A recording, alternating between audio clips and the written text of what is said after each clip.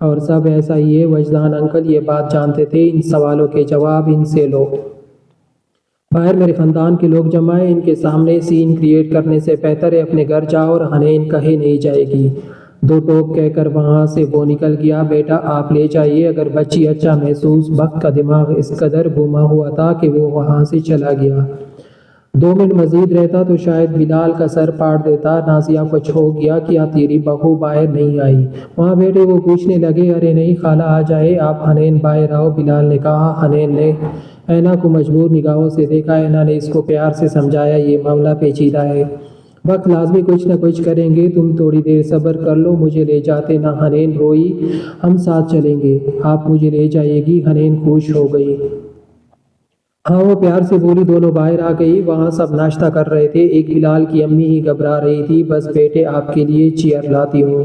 میں کیا ہو گیا امی؟ بلال نے ٹوکا۔ میرے ساتھ بیٹھ جائے گی، آ جاؤ یہاں۔ اس کے لہجے پر سب ہنسی مذاق کرنے لگے۔ بلال نے حنین کو دیکھا جو چارپائی پر بیٹھنے کی بالکل روادار نہیں تھی، وہ جان بوجھ کر اس نے ٹیز کر رہا تھا۔ سوری لیکن میں چیئر پر بیٹھ جاؤں گی، وہ منہ بنا کر بولی اور آنٹی چیئر لے کے بیٹھ گئی۔ اسے خود بھی بھوک لگی تھی، تبھی وہ چپ چاپ کھانے لگی۔ سب اس کے ارد گرد باتیں کر رہے تھے مگر وہ کھا رہی تھی۔ یہ جانتی تھی کس کی نگاہ اس پر ہے، اسے پرواہ نہیں تھی کیونکہ تسلی تھی وہ جا رہی ہے۔ یہاں سے جہان ماں کے کمرے میں آیا۔ اماں کہاں ہے؟ باپ کو دیکھ کر سوال کیا گیا۔ اپنی بہن کے گھر کچھ دنوں کے لیے دبئی۔ جہان حیران ہوا۔ کیوں؟ وہ بے چینی سے پوچھنے لگا۔ ریاض اس کے نزدیک آئے۔ بعض اوقات کسی کو سنبھلنے کے لیے وقت دے دینا چاہیے۔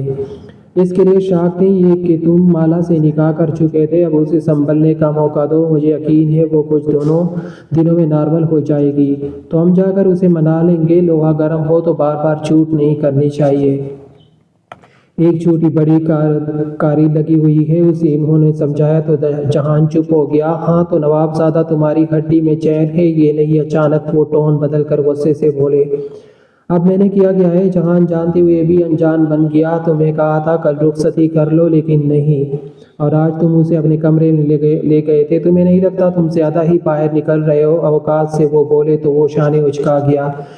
تو وہ میں پہلے بھی تھا بھائی، میری دلہن ہے، میرا جب جیسے دل کرے گا ویسے رخصتی کر لوں گا۔ وہ کہہ کر سکون سے باہر نکلا۔ مالا کو اس نے تیار ہونے کا کہا تھا، وہ بار بار سب کا ذکر کر کے اسے پکار رہی تھی، اس لیے وہ نیچے کی صورتحال دیکھنے آ گیا تھا۔ اس نے بخت کو غصے سے بھرا ہوا اندر آتے دیکھا۔ عافیہ اونچ میں بیٹھی تھی۔ جان نے ٹیبل پر سے سیب اٹھایا اور وہیں بیٹھ گیا۔ کیا دیکھ کر شادی کی ہے آپ لوگوں نے؟ نہ بیٹھنے کا سلیقہ، نہ بات کرنے کا، نہ گھر، بس منہ اٹھایا، شادی کر دی، تڑپ رہی ہے وہ وہاں، کیا مطلب؟ جہان بھی اس کے نزدیک آیا۔ عافیہ کا تو دل ہی منہ کو آ گیا۔ ریڈ کہاں ہے؟ اس نے ماں کو کہا۔ تم بتاؤ کہ وہاں کیا ہے؟ عافیہ وجدان کو بلانے چلی گئی۔ جبکہ اس نے جہان کو وہاں کا سارا منظر اور اس بلال کی اکڑ بھی سنا دی تو تمہیں لے کر آنا تھا، چڑیا گھر میں چھوڑ آئے۔ اس نے جہان کو بھی غصہ چڑھا۔ کیا ہو گیا؟ وجدان اور ریاض بھی آ گئے، جبکہ رحاب بھی یہ شور سن کر آ گئی۔ ڈیڈ اس محلے اور علاقے کی لڑکیوں سے ہم شادیاں کر لیں یہ بڑی بات نہیں، لیکن وہاں اپنی بیٹی کو بیچنا ناانصافی ہے۔ وہ گھر، وہ کمرہ، وہاں پر بھرے ہوئے لوگ، ایک کرسی بھی نہیں ہے ڈھنگ سے بیٹھنے کی۔ وہ بپر رہا تھا، میں حنین کو لے آتا ہوں۔ جان وجدان نے ٹوکا۔ آپ لوگوں کا تو شوق ایڈونچر کرنے کا، لیکن یہ بھی دیکھ لیتے ہیں سامنے کتنی نازک جان ہے، وہ کہہ کر وہاں سے نکل گیا۔ یہ دونوں اپنی ہی بہن کا گھر بسنے نہیں دیں گے، لکھوا کر رکھ لو۔ وجدان شعلہ باز ہوئے تو وہ دونوں پہلے ہی نکل چکے تھے۔ 20 منٹ کی ڈرائیور کے بعد بخت اور جہان دونوں وہاں پہنچ گئے تھے۔ جہان نے کسی کو نہیں دیکھا، وہ سیدھا حنین تک پہنچا۔ وہاں بلال نہیں تھا، وہ باہر کچھ لینے گیا تھا۔ بس بہت کھا لیا، گھر چلو، اس نے حنین کو کھینچا۔ حنین کو اور کیا چاہیے تھا؟ دونوں اس کا ہاتھ پکڑ کر اس نے گاڑی تک لے آئے۔ کسی کی وہاں جرأت نہ ہوئی کہ انہیں روک سکے۔ اینا بھی تائی جان کے شانے پر ہاتھ رکھ گئی کہ ہو جائے گا سب ٹھیک، اور خود بھی پیچھے آئی۔ بلال سامنے سے ہی آ رہا تھا، وہ دیکھ چکا تھا۔ سنجیدگی سے جہان نے اس کی آنکھوں میں آنکھیں گاڑے، گاڑی ریورس کی اور وہاں سے حنین کو لے گیا۔ بلال اپنے گھر کی سمت آ گیا۔ ماں کو خونک دیکھ کر وہ ان کے نزدیک آیا، چہرہ سرخ تھا، جیسے اپنے اعصابوں پر قابو پا رہا تھا۔ بیٹا یہ سب کچھ نہیں ہوتا، لڑکیاں اپنے ماں باپ کی جاتی ہی یہ بیٹا اس طرح خالہ بھی بولی کچھ نہیں ہوتا، اس نے کہا اور کمرے میں چلا گیا۔ وہ گھر آئے تو حنین دوڑ کر ماں کے گلے لگ گئی اور وہ تو یہ بتا رہی تھی کہ اس گھر کا ماحول کیسا ہے۔ اس کا باپ سنجیدگی سے اسے دیکھ رہا تھا اور پھر اٹھ کر چلا گیا، جبکہ حنین اس سے بھی ملنا چاہتی تھی۔ ریاض بھی چلی گئے جبکہ سالم چپ چاپ بیٹھا تھا۔ رواب بھی اسے ہی دیکھ رہی تھی۔ جب میں یہاں آئی تھی تو ایک پوری رات بنا قصور کے حنین آپ کے چاچو کے کمرے کے باہر دروازے میں بیٹھ کر گزاری، پھر کوئی قصور نہ ہونے کے باوجود اس بات کی طعنے سہے کہ میں بد کردار ہوں۔ آپ کے گھر والوں کے رویے بھی انسان کو لگتا ہے وہ بالکل ٹھیک ہے، لیکن اچھی سوسائٹی ہو، یہ محلہ لوگ ایک ہی طبیعت کے ہوتے ہیں۔ آہستگی سے کہتی وہ سالم کی جانب دیکھنے لگی۔ کیا میں امی کے پاس چلی جاؤں؟ سالم سر ہلا گیا تو وہ باہر نکل گئی، ڈرائیور کو بلایا اور تھوڑی ہی دیر میں وہاں سے چلی گئی۔ شاید پہلے وہ لوگ چیختے چلاتے برا بھلا کہتے، لیکن رواب کی بات کے بعد کسی کے اندر کچھ کہنے کی ہمت نہیں ہو سکی۔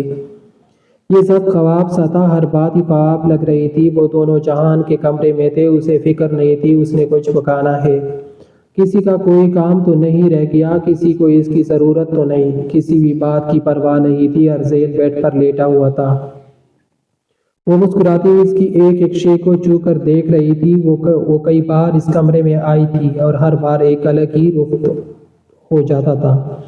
آج ہر شے اس کی لگ رہی تھی۔ اس نے ارزیل کے گالوں کو پیار کیا اور خود کو دیکھا۔ اس نے اسے تیار ہونے کا کہا تھا، وہ تیار ہی تو تھی۔ صاف ستھرے بال بنے ہوئے تھے، صاف کپڑے تھے، اس کے علاوہ بندہ تیار کیسے ہوتا ہے؟ ویسے اتنا تیار تو شادیوں میں ہوتے نہ۔ وہ بالوں کی چوٹیوں کو دیکھتی شانے اچکا کر ارزیل کو دیکھنے لگی۔ اس نے ایک بات نوٹ کی تھی، جہان ارزیل کو ایسے اگنور کر دیتا تھا جیسے وہ وہاں موجود ہی نہ ہو، جیسے اس کا کوئی وجود ہی نہ ہو۔ مالا کو اچھا تو نہیں لگتا تھا، لیکن وقت کے ساتھ سب ٹھیک ہونے کا سوچ رہی تھی۔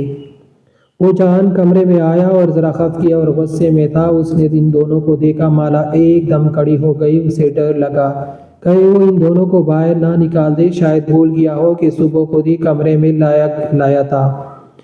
کیا ہوا؟ کنفیوز کی ہو رہی ہو؟ اس کے گال پر ہاتھ رکھ کر ہلکا سا سہلاتا بولا۔ مجھے لگا آپ بھول جائیں گے پھر باہر نکال دیں گے۔ وہ نروس ہوتی بولی۔ جہان نے نفی میں سر ہلایا۔ تمہیں کیوں بولوں گا میں؟ یہ رہا ایک خوبصورت انگریزی نوٹ محبت کے اظہار کے لیے۔ Love is not about finding the perfect person, it is about realizing that someone already feels perfect in your heart. سمجھ آئی؟ وہ اسے بالوں کے حلقے میں لیتا پوچھنے لگا۔ مالا نے آنکھیں گھما کر پوری طرح سوچا اور گردن ہلائی۔ اچھا واہ بتاؤ پھر، مطلب؟ وہ دلچسپی سے اسے دیکھنے لگا۔ آپ نے کہا ہے آپ مجھ سے پیار کرتے ہیں؟ وہ سادگی سے ہلکا سا شرماتی بولی۔ جہان کہا لگا کر ہنسا۔ ہاں یہی کہا ہے سچ جہان، وہ حیرانگی سے بولی جبکہ جہان نے سر ہلایا۔ ہاں بالکل سچ، یعنی اب میں سمجھدار ہو گئی ہوں، بالکل میرے ساتھ رہ کر چالاک بھی ہو جاؤ گی، سمجھدار بھی ہو جاؤ گی، رومانٹک بھی ہو جاؤ گی۔ وہ اسے خود میں زور سے بھینچ گیا۔ مالا کو لگا برسوں بعد اسے کوئی سہارا ملا ہو جس کی چاہو اتنی وسیع ہے کہ وہ اس چاہو میں سب کچھ کر جانے پر آزاد تھی۔ جان نے اس کی گردن سے بال ہٹایا اور اس کے گردن کو اپنے ہونٹوں میں بھر کیا۔ آہستگی سے سستی سے وہ دور نہیں ہوا۔ مالا پر عجیب اثر سا ہونے لگا، وہ آنکھیں بند کر گئی۔ جہان ایک دم اسے چھوڑتا صوفے پر بیٹھ گیا۔ مالا جلدی سے سنبھلی، ادھر آؤ، سرسراتی لہجے میں وہ بولا تو مالا اس کی سمت آ گئی۔ اس نے اسے اپنی تائی میں پر بٹھا لیا اور گردن کو تھوڑا سا ٹیکا کر کے وہ فرمائشی پروگرام پر اترا تھا۔ یہاں کس کرو، اس نے کہا۔ مالا کا چہرہ سرخ انار سا ہو گیا۔ میں؟ ہاں تم، وہ بولا۔ آنکھوں میں خمار تھا، لہجہ بجھل تھا۔ ارزیل ان دونوں کو دیکھ رہا تھا لیکن دونوں کی توجہ اس پر نہیں تھی۔ فس جہان نے اس کے پیٹ پر چٹکی کاٹی۔ مالا اچھلی منہ بسور گئی۔ جلدی، ابھی بھی بہت کچھ سیکھنا ہے میں نے تمہیں، وہ غور کر بولا تو مالا کا دل جو کانوں میں دھڑک رہا تھا منہ کو آ گیا۔ اس نے جہان کی گردن پر اپنی انگلی رکھی اور ہلکا سا جھکی، اتنے میں ہی پسینے چھوٹ گئے تھے۔ پھر اس نے زور سے آنکھیں مچھی اور اس کی گردن پر ہونٹ رکھ دیے اور اگلے لمحے جھٹکے سے دور ہوئی۔ جہان اپنی مسکراہٹ ضبط کرتا اس کو صوفے پر پٹک گیا۔ تیار ہو جاؤ، کس چیز کے لیے؟ مالا کو ڈر سا لگا تو وہ پاگل سا ہو جاتا تھا۔ اسے سامنے پر کر وہی جو ہوتا تھا تمہارے ساتھ نہیں۔ مالا منہ بسور گئی۔ تم تیار کیوں نہیں ہوئی؟ جان نے ابروج اچکائی۔ تیار تو ہوں، وہ بولی تو جہان نے سر پیٹا۔ اسے تیاری کہتے ہیں شاید۔ اس نے اس کے ریشمی بالوں کو چوٹیاں کھول دیا اور پیچھے مڑ کر ڈریسنگ پر دیکھا، وہاں لیڈیز سامان نہیں تھا۔ چلو تمہارے لیے شاپنگ کریں گے بہت ساری، پھر تم روز تیار ہونا۔ شادی والا؟ مالا نے جاننا چاہا۔ ہاں شادی والا، وہ ہنسا۔ سب کیا سوچیں گے؟ میں پاگل ہوں، روز لپسٹک نہیں لگاتے جہاں شادی میں لگتی ہے۔ ہاں سمجھ گیا دادی اماں، لیکن آج تک میں زندہ ہوں۔ تمہارے ہاتھوں میں مہندی، لبوں پر لپسٹک سجی ہو گئی۔